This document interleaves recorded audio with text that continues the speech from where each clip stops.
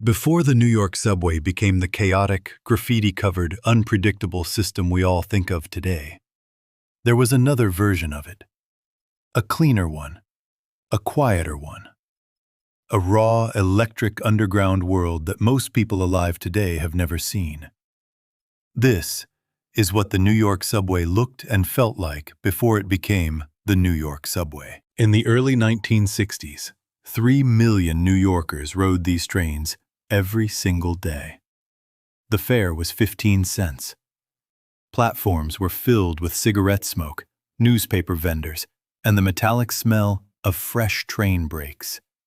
The tunnels echoed, but the system was surprisingly orderly. No graffiti, no security chaos. Just the sound of a city moving beneath the surface. Every morning, the subway turned into a living river of people.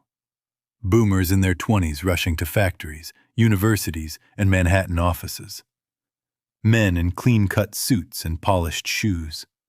Women in bright dresses, gloves, and perfectly styled hair.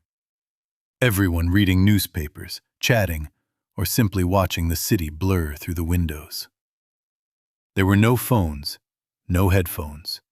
Just the rhythm of a train, shaking, screeching, and pulling thousands through the tunnels. Inside the cars, the atmosphere was completely different from today. Red and brown vinyl seats, bright fluorescent lights, fans spinning on the ceiling instead of air conditioning. People actually talked. Strangers debated politics. Students carried books thicker than bricks.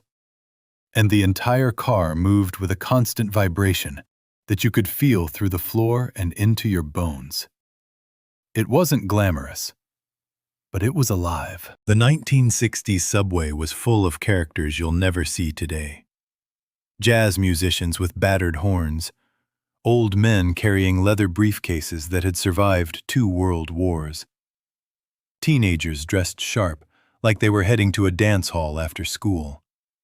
Policemen in crisp uniforms pacing slowly along the platforms. Everyone shared the same space, the workers, the dreamers, the hustlers, and the quiet ones. For a few minutes on a train, their worlds collided. But the real magic happened at night. When rush hour ended, the subway revealed its darker, quieter soul. Empty platforms, flickering lights, long stretches of silence between trains. Night riders were a different crowd.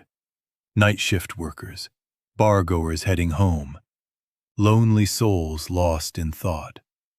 The city above was still loud, but down here, the only sound was the distant rumble of a train echoing through the tunnels. The graffiti era, the crime waves, the broken lights, all of that would come later, in the 70s and 80s.